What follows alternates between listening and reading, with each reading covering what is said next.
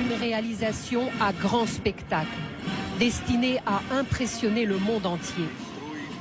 Vue d'avion, vue des coupoles de Saint-Basile, et on ne se contente pas de regarder passer les engins, une traversée virtuelle des lance-missiles est prévue. La Russie fête les 80 ans de la victoire contre l'Allemagne nazie, une victoire que selon les Russes, le monde doit en grande partie à l'URSS.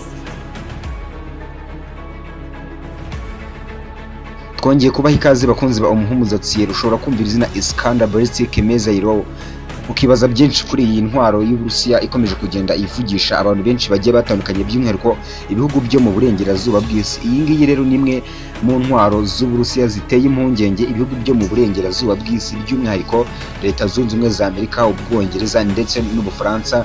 Iyi ntwaro rero ikaba yaragaragaye ku itariki 9 Gicurasi mwaka 2025 ubwo Uburusiya bwizihizaga imyaka 80 butsinze abanazi bari bayobowe na Adolf Hitler. Iyi nguri rero akaba yarateye ikitwaga Leta Zunze Ubumwe z'Abasovieti muri iki gihugu ubu akaba haraje kuvamo igihugu cy'Uburusiya mu ntambara ya kabiri y'isi yose. Ibi ngibi rero ibirori rero bikaba byarahuruje abakuru b'ibihugu bagiye batandukanye, ibihugu bigera kuri 20 ndetse n'ingabo z'ibihugu bigera kuri 13 birimo Ubushinwa, Misire, Birmania ndetse na Vietnam. Izi ngabo rero zikaba zarakoze akarasisi gakomeye mu masibo yaragize ingabo zose, ingabo zigera ku 11 ku rubuga rw'umutuku ruzwi nka Press Rouge, aho nanone bakunze kwita ku rukuta rwa Kremlin.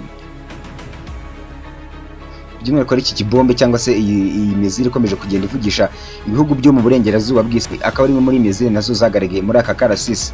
Muri aka karasisi k'injyana mu nero hakaba haragaragayemo zimwe mu ntwaro kabombo Uburusiya bwibitseho, zimwe zagiye zitungura abantu benshi cyane bagiye batandukanye by'umwihariko ibihugu byo mu burengerazuba bw'isi. Muri izi ntwaro rero uyu munsi tugiye kugaruka ku cyitwa Iskander Ballistic Missile, ikaba yarahabije imijyi igiye itandukanye harimo nk'umujyi wa Ukraine ndetse na Syria, mu gihe Uburusiya bwoherezaga ingabo zabwo mu gihugu cya Syria.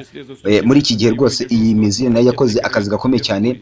By'umwihariko Iskander Ballistic Missile muri iyi minsi ikaba iteye impungenge cyane ibihugu byo mu burengerazuba bw'isi, by'umwihariko ikaba ifite ubushobozi bwo kurasa mu birometero bigera kuri 500. Iyi mizire ikaba iberwa muri bimwe mu bisasu bishyirwa mu muryango wa mizire ziraswa mu ntera igereranyije zitari mpuza migabane, kuko Uburusiya bwo bufite mizire nyinshi cyane zigiye zitandukanye yari ziraswa mu ntera ngufiya cyane cyane iyi ngiyi Iskander Ballistic Missile, ariko ikaba ifite n'izindi mizire ziraswa mu ntera ndende by'umwihariko muri mizire zizwi mu kwambukiranya imigabane. Iyi mizire ikaba yarahabije imijyi ya Ukraine kuko kugeza ubu ngubu nta bwirinzi bwo mu kirere burayicigera kubera umuvuduko ifite. Iyi mizire ikaba igendera ku muvuduko wa metero 2000 mu isegonda, ubwo ni Mach 5.9, ikaba rero ipima miliyoni 7 z'uburemere.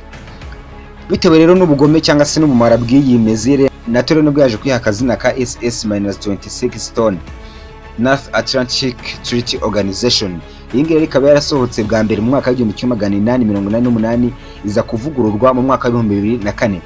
Iyi ngiyi ikaba yaratangiye gukoreshwa kuva mu mwaka wa 2006 kugeza muri iki gihe Uburusiya bukomeje guhangana n'igihugu cya Ukraine mu ntambara ikomeje kugenda ihangayikisha isi, by'umwihariko bitewe na mizire nyinshi zigiye zikoreshwa n'igihugu cy'Uburusiya muri iyi ntambara.